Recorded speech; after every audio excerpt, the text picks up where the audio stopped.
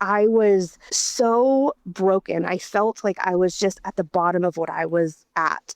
And in the process of really stripping down everything, I left that 5 months knowing that God was like, listen, I never asked you to carry all of this alone. We had to strip everything off that I was choosing to carry alone and not giving to him. It was such a season of him saying, I see you. I never asked you to carry that. Let's take that off. Hey there. Welcome to the God's Goodness Podcast. We are your hosts, Josh and Shelly Hankins, and we're here to share real stories of God's power. Stories of hope, healing, and miracles that will strengthen your faith. No matter what you're walking through, we want to remind you that God is good and He's still moving today. Let's dive in.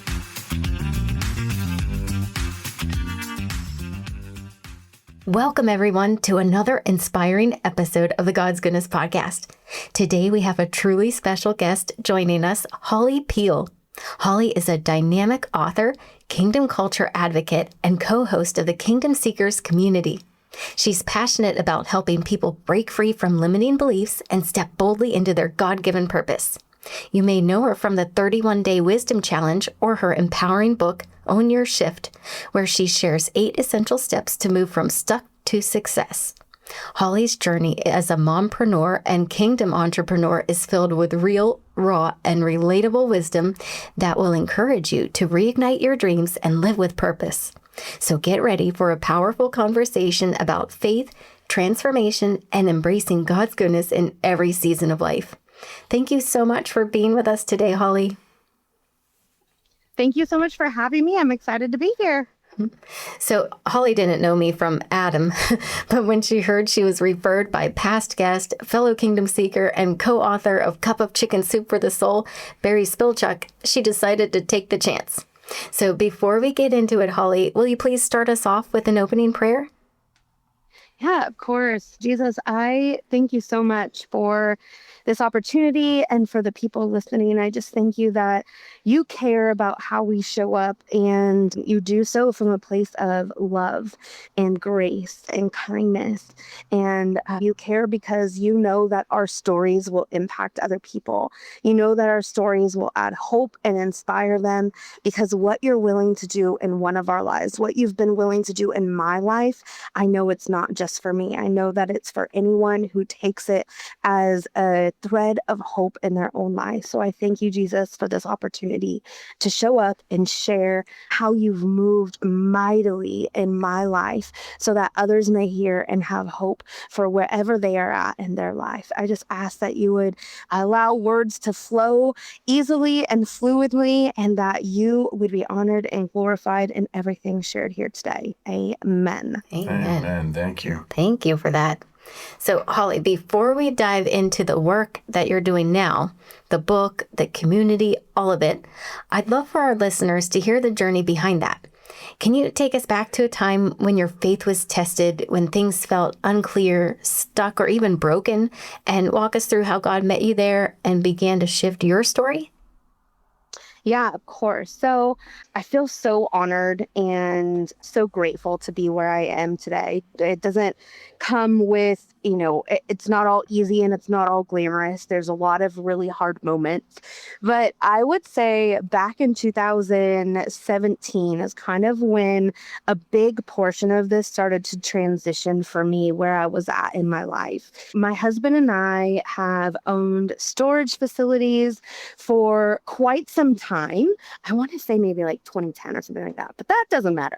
We've owned storage facilities for a little while, and around 2016 timeframe, we started noticing that our storage facility was really not doing well, and it came down to a point in time where I had to make a decision that was really scary and really big for me. And I decided to move away from my husband and my 3-year-old son at the time and go to our storage facility, which was about a 5-hour drive from our home. And I was going to choose to release our manager at the time, who we found was, stealing hundreds of thousands of dollars up to that point in time. It was quite disastrous. And I was going to release her and take over managing the day-to-day business and get our business back up off the ground in hopes that it wouldn't come to needing to file bankruptcy or something like that. So I moved up there and lived up there for 5 months. And, my husband sings my praises that I really saved our family in that season, but I could sing his praises equally as much because not only was he working full time, being a full time dad because I left our son with him, and driving up that 5-hour drive every single weekend. So really, I could say he was the one holding it down while I was just focusing on that. But when I was there, I was stripped away from every person. I didn't see family. I didn't have any friends. I was in a completely remote, literally a remote area. The town was, very small and outside of anything that I had known or grown up doing. And in that season, God just started stripping away from me anything that I thought I knew. I really started to unravel years and layers of hurt and pain and trauma. And when you have nothing else to do but work, physical manual labor work, which I grew up doing. My dad owned a construction company. My parents owned a construction company my entire life. So I was used to it. I was used to working hard. But there's something different when it's all you have to do. And there would be days and moments in time I would be moving sandbags and doing things and just break out in tears because I was so broken. I felt like I was just at the bottom of what I was at.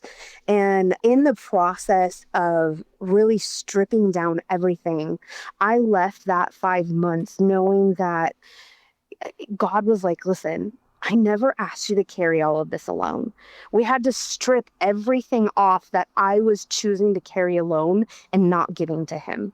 It was such a season of him saying, I see you. I never asked you to carry that. Let's take that off. And there was a grief. There was a process, a healing process I had to go through as every layer and every burden that I was carrying got stripped away and taken off. And so coming out of that 5 months, I gifted myself a week at a prophetic school in Bethel. And I went, and for those, who might know, it's School of Prophets, and Chris Valentin was leading it. And I knew I had to go. And in the process of going there, I was like, okay, this is where I could really get built back up.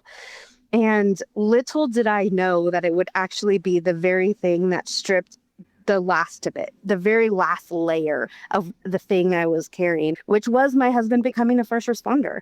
And it led to me going through a very radical encounter with the Lord there, and him naming me, calling me carried. He's like, I carry you.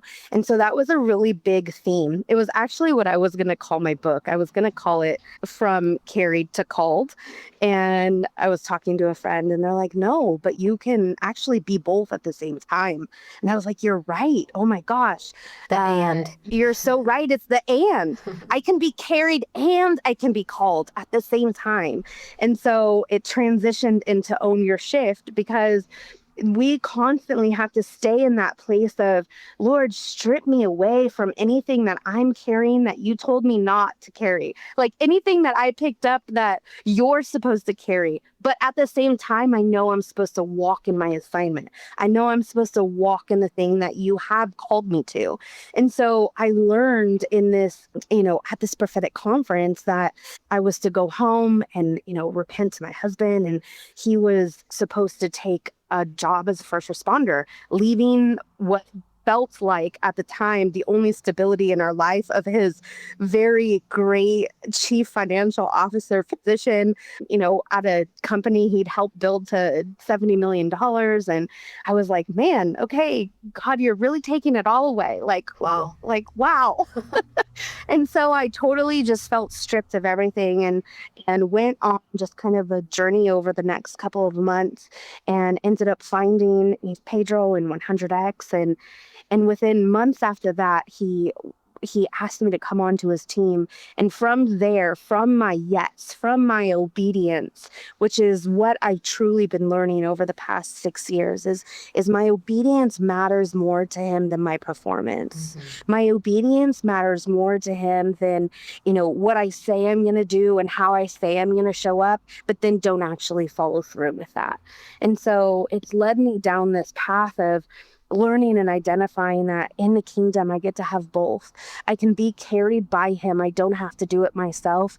And I can also feel called to the assignments that he has for me. And I can show up with a full heart and passion to see those things through, which then led to, me writing my book, because I had truly become the message of choosing to own my shift day in and day out, through seasons, through years, through months, whatever time frame. It was always going back to this place of, Lord, I know that you're superior in everything, and I know I can press into and rely on you when I don't feel like I have it all together.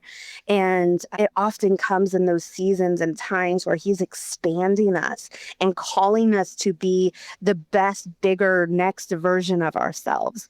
And it's funny because I feel like I'm currently in another one of those seasons right now, where it's like, okay, Lord, I feel like we're going back to this stripping down of identities, this stripping down of responsibilities and tasks and roles and, extracurriculars and friends and the things that I thought were for now, but he is saying they weren't. I carried them too long. And so it's been just a constant theme in my life, even before our storage facility, but, situation in 2017. But so just getting to this place where I'm like, yes, Lord, I'm here out of obedience. What do you want? What's next?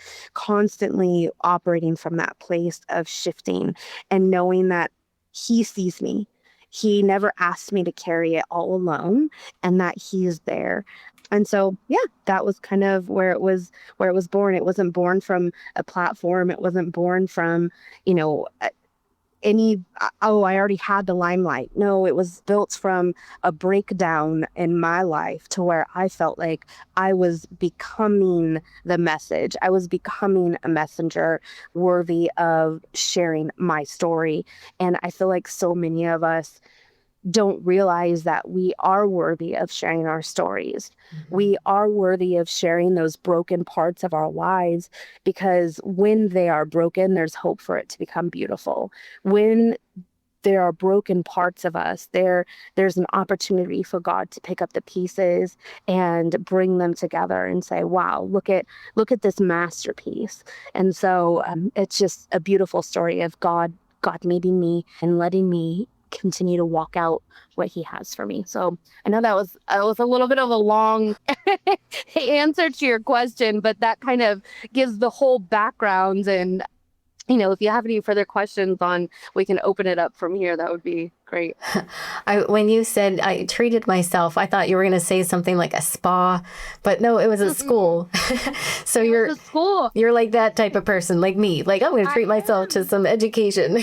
Yes, I am that type of person. This is just a side note, side tidbit. If you can be anything in life, be hungry. Be hungry for what God has. Be hungry, be teachable, and don't get complacent, because in that complacency, that's where the Bible tells us, don't be lukewarm. Be hot or cold. The hot are the hungry ones. If you're hungry, you're willing to go after it. It doesn't matter the pain, the cost. You're not willing to settle. You're willing to go fully and passionately after the next. And so, yes, I didn't treat myself to a spa. I treated myself to a week-long school. Nice. It reminds me of how you had treated yourself to a conference that Pedro was hosting, and then eventually you met him, and then it turned into your career now. So just one step at a time leads to the next thing. It does. And I feel like that's one area where, people have this idea of I'm stuck. And when you're hungry, when you're teachable, when you're willing to find solutions, you're willing to just take the next step. It might not actually be the right next step. It might not actually be the right step, but if it's just one, you'll know if it's the right one or the wrong one. Before you get 20 steps down the road, you're going to know if you need to align and maybe now take a step to the left or a step to the right. Just because you're taking a step, it doesn't mean that it's going to be perfect. It doesn't mean that it's always going to work out the way that you thought. Oftentimes now it requires you to go diagonally, right? Or to the left or to the right. And when I did go to that week-long school, yes, it did. It led me to then attending Pedro's conference in 2018 because Chris Vallotton was going to be there. And it was just the breadcrumbs, right? I knew that the Lord was leading me in the right direction. And I just continued to say yes. I continued to be obedient and show up where I felt God was leading me. I love it. Hey friends, real quick talk. Not long ago, I had a brutal 4-day headache. My podcast coach, Jenna Samuel, messaged, "I wish I could put one of these patches on you." I asked, "What patches?" She sent me her episode on LifeWave's X39, non-transdermal patches that use light to support the body. No drugs, no chemicals, just light. Wildly enough, Kim Clement once prophesied healing would come through light. Since trying them, I've had better sleep and more energy. And Josh, he's even been pain-free when he wears them. And the stories we're hearing, they truly sound like God moving.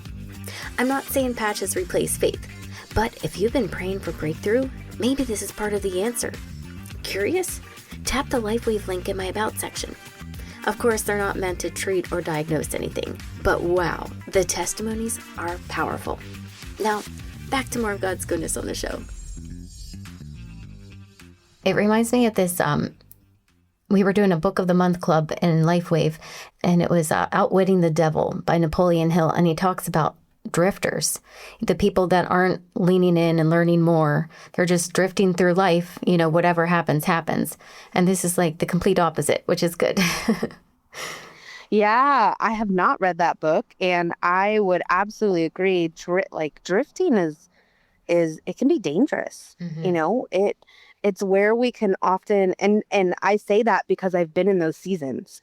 I know how dangerous it can be when we feel like we're drifting emotionally, what it can do inside of our heads. We were all created with purpose, right?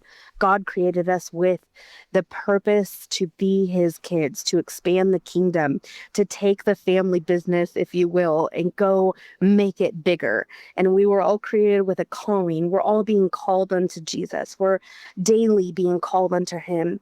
And we were all given assignments. And I feel like so oftentimes that's where we get stuck is, what is my assignment? What is the thing I'm to be doing? And oftentimes we won't be able to find it unless we're taking action. And I know in today's day and age, with doom scrolling and all of the binge-worthy Netflix series out there, it's easy to drift. It's easy to find ourselves in that place of being stuck and not feel like we're moving forward in a good way. So then we drift backwards. If we're not moving forward, we're going backward in my mind. Stagnation is not what we were meant to do. God's kingdom is constantly expanding, and it's our job and responsibility to do that here on earth. And so, yes, I could see where that sounds like a great book, and drifting is not the goal here. No. That is true. So when someone reads your book, Own Your Shift, they're probably expecting wisdom, but what's something you didn't expect God to do in your life as you wrote it? Oh, that's a fun question. So I did not expect the level of confidence that it would give me. Even until the very moment where it was published and I was holding a physical copy in my hands, I still had major doubts. And occasionally, even still to this day, when someone I know is like, "Oh my gosh, I ordered your book on Amazon and I'm reading it," there's this little tinge of, ugh, that happens inside of me that I'm like, oh boy, here we go. You're going to know all the details. Raw. Yeah, they're going to know all the details. I held nothing back. Right. I didn't hold anything back. And so I am just a very vulnerable, raw person. I don't do small talk well. It's The weather boring. is great. I don't even check the weather myself. Like, I'm like, oh, I walk outside and I'm like, oh, should have grabbed a sweatshirt. My bad. Like, I don't. It's my personality. And so I probably am never going to ask you how the weather is. I'm like, I don't do that well. But the confidence that it gave me, even up until holding the book in my hand, getting ready to announce it, we announced it at a 100X conference. And there was something in that moment.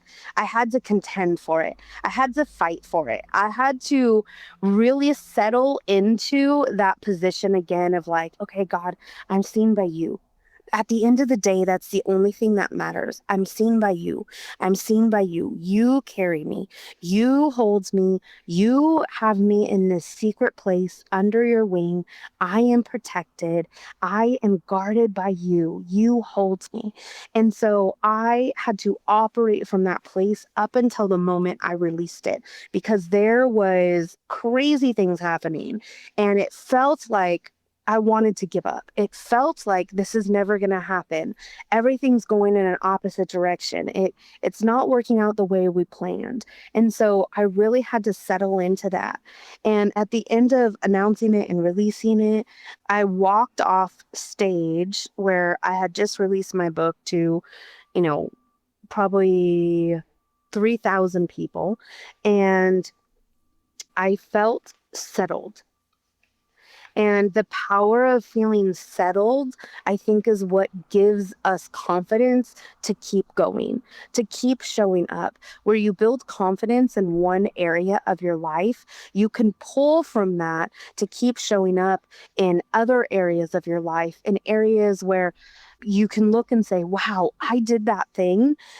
Obviously, God alongside of me, He orchestrated it, all of those things. But at some level, there has to be personal responsibility of, I did the work. I sat down, I wrote, I edited, I relived, I became the person who was able to write the book. And I had to give myself credit for that. I, for so long in my life, wanted to give everyone else credit. I would just show up and be the worker bee and give everyone else credit. And I felt like the Lord was saying, no, like I am proud of you. Like you need to walk with your head held high in this regard. You did this thing. And so I left with this very settled, confident, wow, like if I can do this, what else can I do? And I feel like from that, obviously I didn't write that in the book because it happened after the book was released. But that was one of the major things I learned from the book is whenever I feel stuck, I know how to get myself unstuck because of the confidence that came from doing something hard. And sure, I have lots of tools and tips inside of my book, things that I had done leading up to that, and I still do now. But in that moment, it went so much deeper into like the cellular tissue of my body, of knowing that I know that I know that I can do hard things and I can do them with joy. And I can show up when I feel stuck to move myself through back into a place of success and walking out in the assignment I feel called to in whatever season I'm in. So, what was one moment when you felt completely stuck and you had to shift your mindset just to keep moving forward? Yeah, so they happen more frequently than I would care to admit.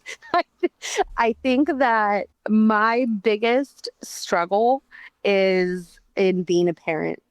I am constantly in a place of feeling like I am not good enough. I am messing this up. My poor kid, he is going to be needing a lot of inner healing and a lot of therapy because I'm sure I did 1,200 things wrong today. And I often catch myself in these moments of, like, I don't know, a pity party, I guess, pity party, feeling sorry for myself that I'm not doing good enough or that I messed up or whatever. And oftentimes it's in that place that I have to remind myself I actually am doing a better job than I'm giving myself credit for. And so in my parenting, I feel stuck a lot. And it's hard. Parenting is hard.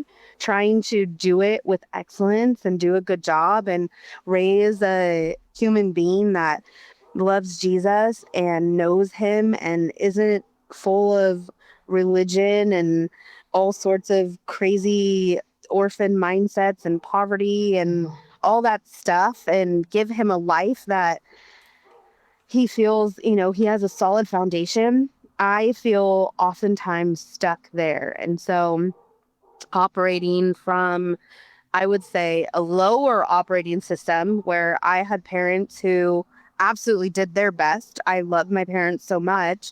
I was at my mom's high school graduation. So my mom was very young when she had me. We basically grew up together. So my parents maybe didn't have all of the skills and tools to help navigate raising me and my three younger sisters emotionally IQ wise, because they were still growing up. Now, obviously, we have incredible relationship and have gone through so much growth together, and it's been amazing to watch. But I oftentimes feel stuck and frustrated. It's like, okay, another thing I have to go research, another thing I have to go learn how to do, another thing I need to break generationally for our family. And it feels like a lot sometimes to constantly be the person breaking generational stuff. And my husband and I both really carry that weight. And so I think as a team, we're a really great team. We are able to help each other when the other person feels stuck, operating in our parenting roles, our co-parenting roles. So I definitely think that is one of my areas where I struggle the most and find myself the most in a place that's stuck. I often find myself apologizing to my son. It's like, sorry, buddy, this is the first time I've ever been a parent. It's your first time for being a kid, so we'll get through this. Yes, the amount of times I've apologized to my son, I could write a book just about that. Like, man, I've had to and I will say that I've really struggled with a lot of defensiveness and pride in my life. And so it humbles you very quickly when you are apologizing to a 2, 3, 4, 5, 6, 7, 8, 9, 10, 11, 12-year-old kid, right? Like at every age, I'm constantly apologizing. Yeah. And so it really takes you to this place of humility, and it really breaks down any control of like, wait, but I'm the mom. But really, sure I am, but is that the kind of mom I want to be? And oftentimes the answer is no. So then I go and find him and apologize again and again. And so, yes, I have learned to become really great at apologizing to kids. I know with our son, the more I apologize, the more he apologizes too. So it's like a muscle. You just got to exercise that, and you'll do better next time. Yeah, because I mean, they learn from who we are and how we show up, not what we tell them. Right. So if he's seeing that I can truly be remorseful and apologetic and really humble myself, then he learns quickly what that looks like as well. And that it just actually happened last night. It was so beautiful. He has not been feeling well. He has a little stomach thing happening. And it was the first time he was able to eat in like days. And he was sitting on the couch. And we normally don't eat on the couch, but we were, he was sick. We're doing it. So we were sitting on the couch eating. And of course, he spilled something. And so instantly, like, I wanted to react. I didn't. I was very proud of myself in that moment. My husband, he knows how important our couch is to me. And so he reacted for me, which was not probably the best either. And so I was like, no, it's okay. It's okay. And he was like, really? And I was like, yes, it's all good. We're going to get it cleaned up. So we started cleaning it. My husband walked out to go do something else. And then Micah on his own, I was like, hey, go check on dad, see if he's, ready to come back to finish the movie. And he went and he apologized to him on his own. And Michael came out and that's my husband. He was like, did you tell him to apologize to me? And I was like, no, I didn't. And so they do, they're brilliant, amazing as they're growing.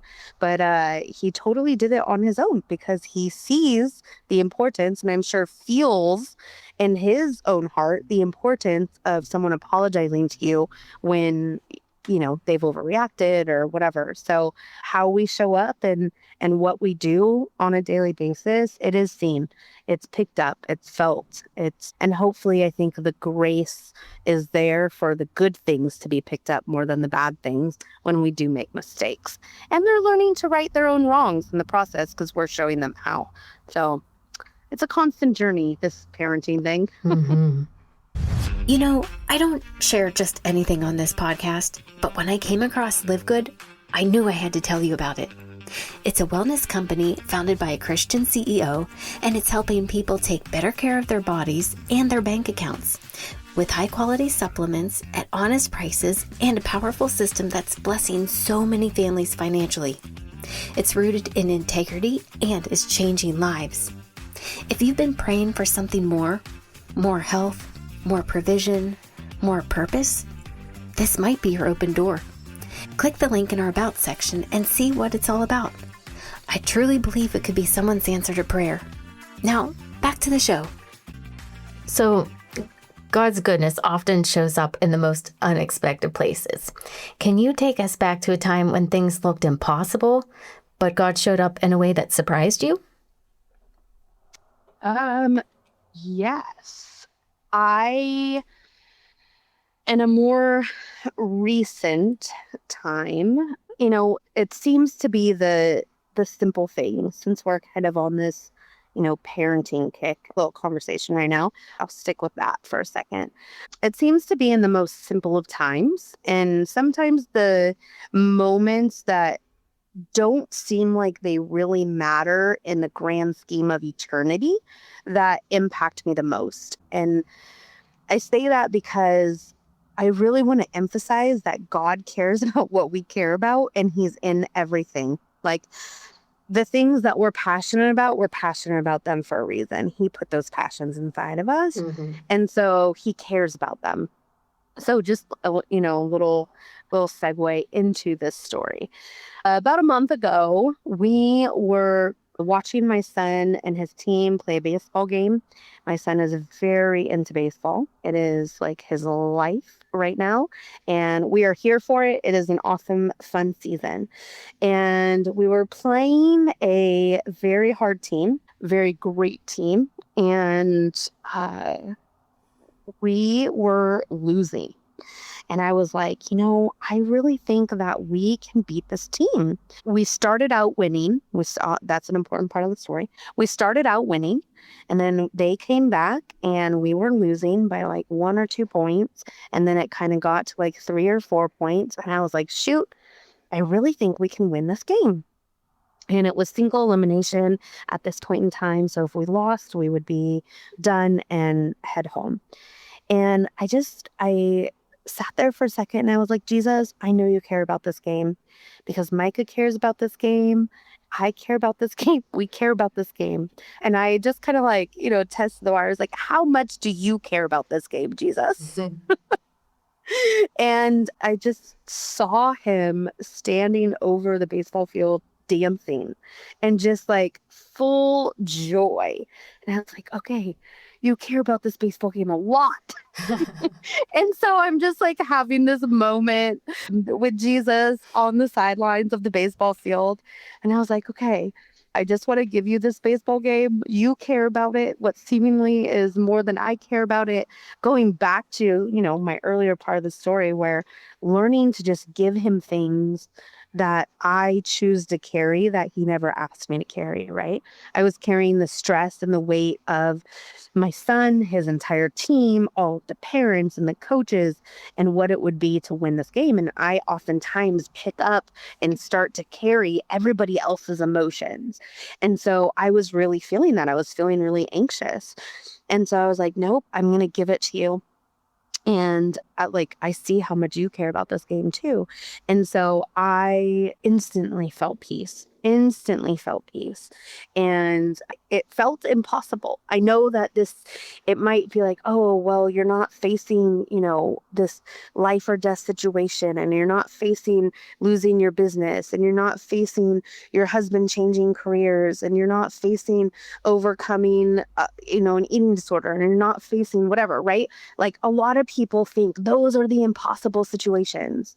But until we get really good at the small impossible situations, it's harder to conquer and overcome the bigger impossible situations. And so I've learned to really take God to those small places where it feels impossible in the moment, like winning a baseball game that we're now down by 5 in like the 5th inning and we only play 6 innings. But so that felt impossible, right? Mhm. But I've learned that taking it into these small moments is actually where I meet God in the most incredible ways, and he meets me, really is what it is. He's already there. I'm just showing up.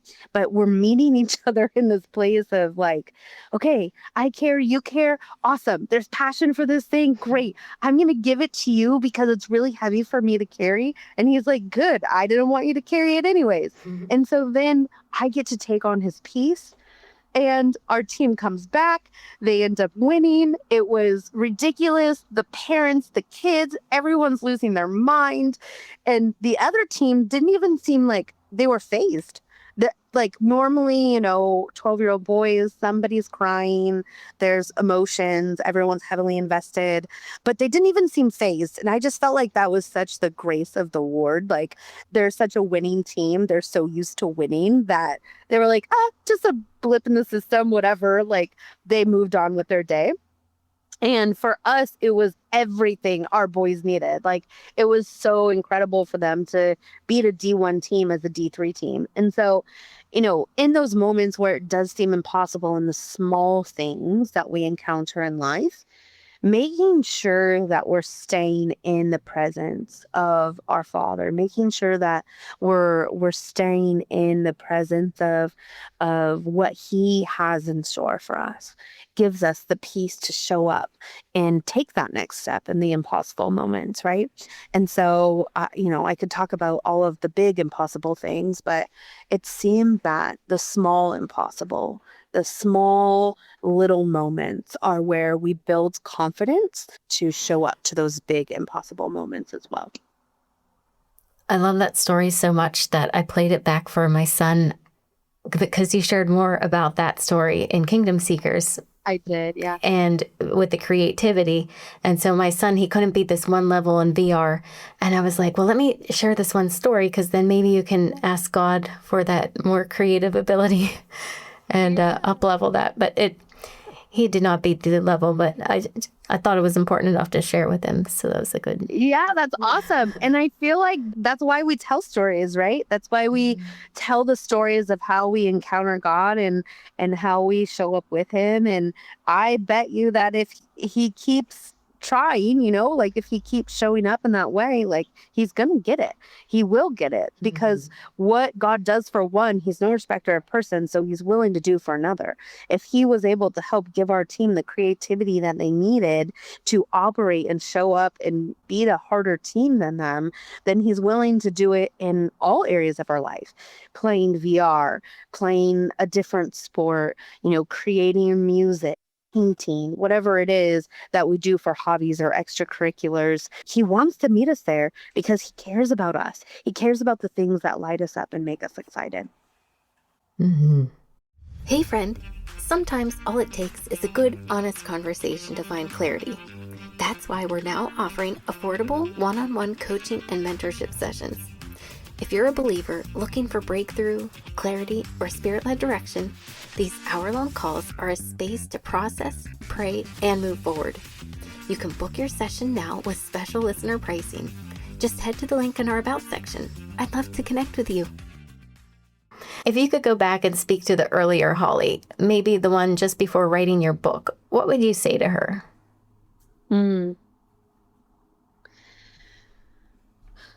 You don't have to prove yourself.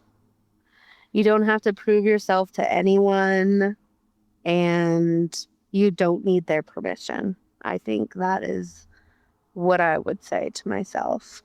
I feel like for most of my adult life, I constantly lived in this place of feeling like I needed to prove myself that if I worked harder here and, I did this favor for this person and I showed up in this way for that person, that I would be accepted by them, that I would, they would think now I was important enough to hang out with or, whatever.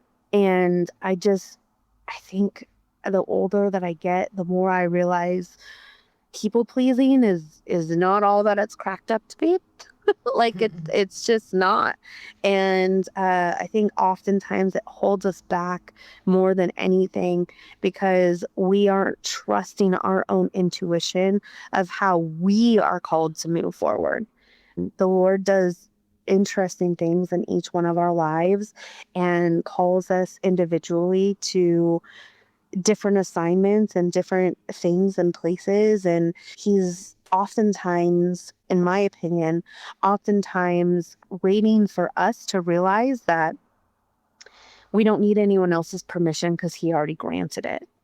He already granted it. And so because we want to question and because we want to, double check and make sure and quadruple check because we don't feel confident in our own selves and our own ability, we fall into people pleasing and we fall into this place of not actually moving through our life into success, into the things he has. And that's oftentimes where we can get stuck, is because we are waiting for people's opinions. And the reality is, not many people are probably going to approve or give you permission to be yourself because they don't know what that's like. They don't know the fullness that you have had to live and overcome, and they're not you. They don't know what you're capable of. And oftentimes we don't even know what we're capable of. But let's keep finding out. Let's keep going after it. And the more people we need approval from, the harder it will be to discover that. Mm-hmm. I know my 40s, as you get older, you give a lot less cares about what everyone else thinks. In the book by Napoleon Hill, Think and Grow Rich, he talks about how he interviewed thousands of successful people. And I think it was all of them were mostly successful 40s and beyond. So it's like life is just getting started, like you're getting a grip on what's important, what's not important, what to hold on to, what to let go of. And so that's I like the 40s. That's what I would tell my earlier self for sure. I would tell my earlier self that exact, don't, I can't imagine, if I had this level of confidence and understanding in my 20s, in my 30s, but getting to my 40s, definitely feeling that level of confidence, that level of knowingness of who I am. Mm-hmm. I think it would have come a lot faster had I not been so concerned about what people thought. You're to this, you're to that, you're what not. And then at the same time, the feeling of not enoughness. Mm. And there's that and thing. It also works in other places as well, right? You're feeling too much and not enough at the same time. At least that's how I felt a lot of my life. And that was a catastrophe. I was trying to look for other people for validation while also not believing in myself. And so I think that is the biggest thing, that if I could go back and just infuse that into my younger self, I absolutely. That's why I'd like to tell people that self-esteem is stupid. You have a thought process about who you are based off of how you were raised, what your first friends first thought of you, and how you developed, whether you rejected or accepted that. And it has nothing to do with really how you feel about yourself, but the perception of other people of you, that you formed your identity. And so I like to call God esteem, right? He's the one that made me. He's the one that knows what I'm fully capable of, even before I know. So what chance does anybody else have to know who I really am if God is the only author of my life? Yes. So that is so powerful. And you hit on something that was such a big aha moment to me. My own opinion of what other people think of me.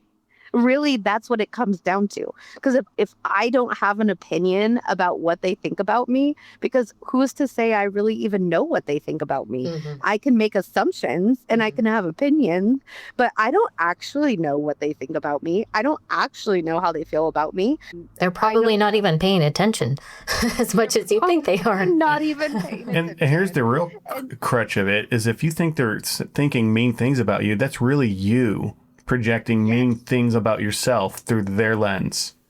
That's you just being hard on yourself because that's your idea that you're some way because they must think that. Yes. I don't know if you're familiar. I think it's Louise Hay. She has this concept or idea, and it's exactly what you're hitting on. And it's like, hey, my parents judge me. Well, do you really know your parents judge you? Well, I think they do. Well, how do you really know your parents judge you?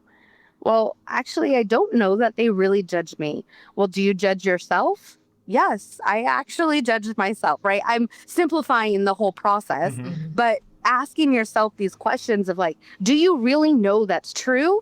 How can you really know that's true?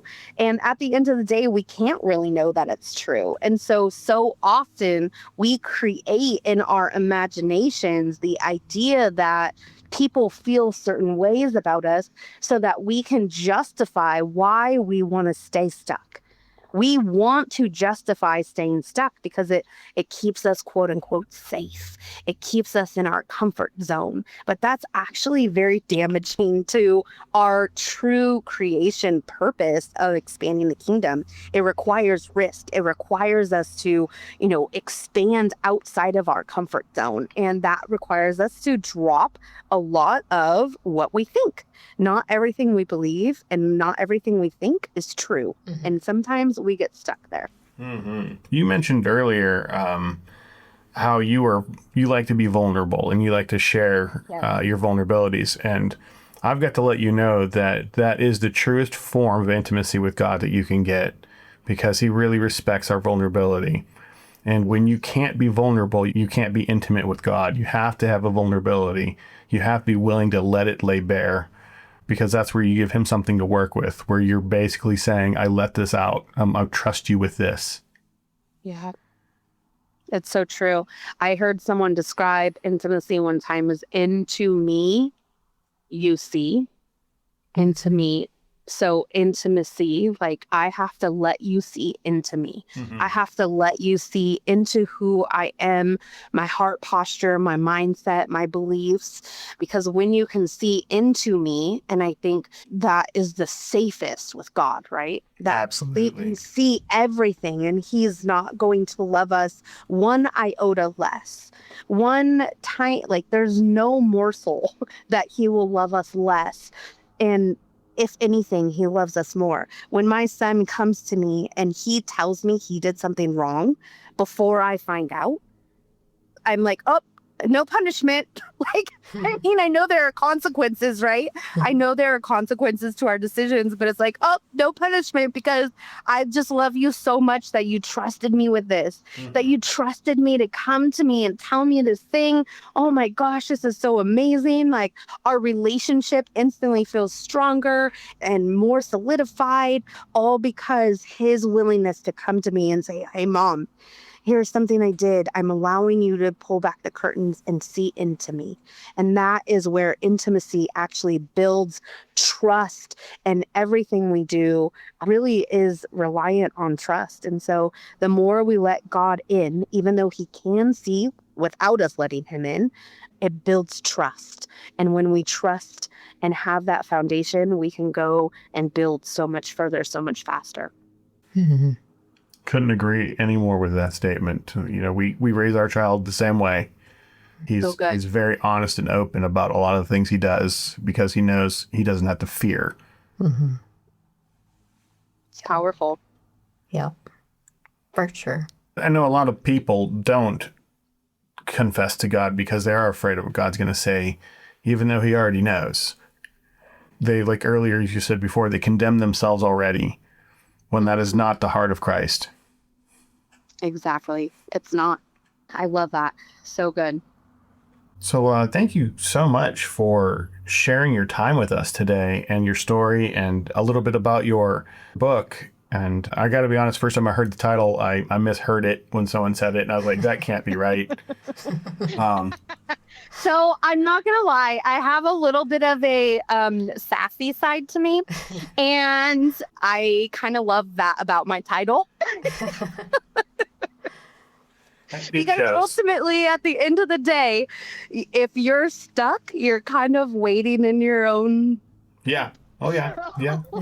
Yeah. And it's basically, if you read it the way I'm, first heard it, it's really about taking accountability. Mm-hmm. Yes, it is 100. That is exactly what it is about. Taking accountability. You, at the end of the day, are the only person who can really change where you are at. If you want something to change, you have the power to do that because God in you has given you the power to do that.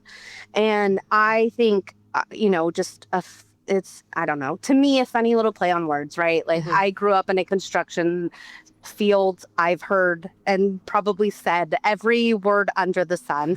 And so for me, it was just funny because you are absolutely correct. When you take ownership, it's like, oh, that's a bag of BS. Well, that's because the person's not taking ownership, right? Mm-hmm. And so when you can take ownership of your life and you can take ownership of who you are, who God's called you to be, and the assignment he has for you in this current season, I can promise and guarantee that you will not be stuck anymore. Ownership is one of the biggest ways to transition you out of that. Mm-hmm. Mm-hmm. Good stuff. Also, in the beginning, my wife said that she didn't know you from Adam. And No, I know her. She didn't know me. Right, the other way around. You didn't know her from Adam. And I thought, how funny that is. That's a man's term. She should have said, you don't know me from Eve. That's great. I'm so glad we got to know each other better. I know. It's awesome. Well, thank you guys for having me on. This was fun. Thank you for taking the time to be here. Yeah, of course. Barry suggested it. I love that man so much. I'm so thankful for him. And so just trusted his green light. Yeah. Yeah, I'm sure he'll enjoy this episode as well. And Christine, she was on too. Oh, and Mary. Good. all the people that are on a lot. Yeah, I love it. It's just really neat because Mary and I were going to brunch tomorrow after church, and she's local. And then I met another girl in my crafting class at church. She's a kingdom seeker. I'm like, no way. And then we've gotten to know each other better. So she's going to go to lunch with us too. And it's really great to, make all these connections and see what more connections we have. Fantastic. Mm-hmm. I love it. So I actually got to write the foreword for Mary's most recent book, which was so fun. I got to read it. I love her writing style. She's so fantastic that I love that you guys are all close together. That's amazing. Mm-hmm, mm-hmm. It's like a big adventure with God. It sounds like someone's little jelly. But you just keep taking that next step, and then God will lead you to the next step and the next step. You don't have to know it all or have it all figured out. Just go with it. Yeah. And oftentimes when we try to figure it all out, that's when it gets even more cloudy and messed up because we're trying to insert our logic into the solution, and God oftentimes has it so much better than we could have planned out. Mm-hmm. Always. Always. You just have to be patient. Thank you guys so much. We do. We really do. And that's a hard one. Thank you guys so much for having me on. It was such a pleasure to hang out with you this morning. Same here. And if this has been a blessing to you, listener, we just ask that you share it with a friend or family member that God brought to your heart. And we will talk to you next week. Thanks for tuning in to today's episode. Listen, let's stay connected. Come follow us on all the socials at God's Goodness Podcast, where you can find the latest and say, hey. It's a really great way to stay in touch. Many of you have asked how you can support the show. You can make donations through any of the links in the About section, or, of course, by praying for us, as well as sharing, rating, and reviewing on social media and iTunes. Your heartfelt feedback always reminds us why we do this. Until next time, remember, God is always working, miracles are real, and your breakthrough could be just around the corner. Keep believing, keep expecting, and don't forget to share this with someone who needs hope today. We'll talk to you next week.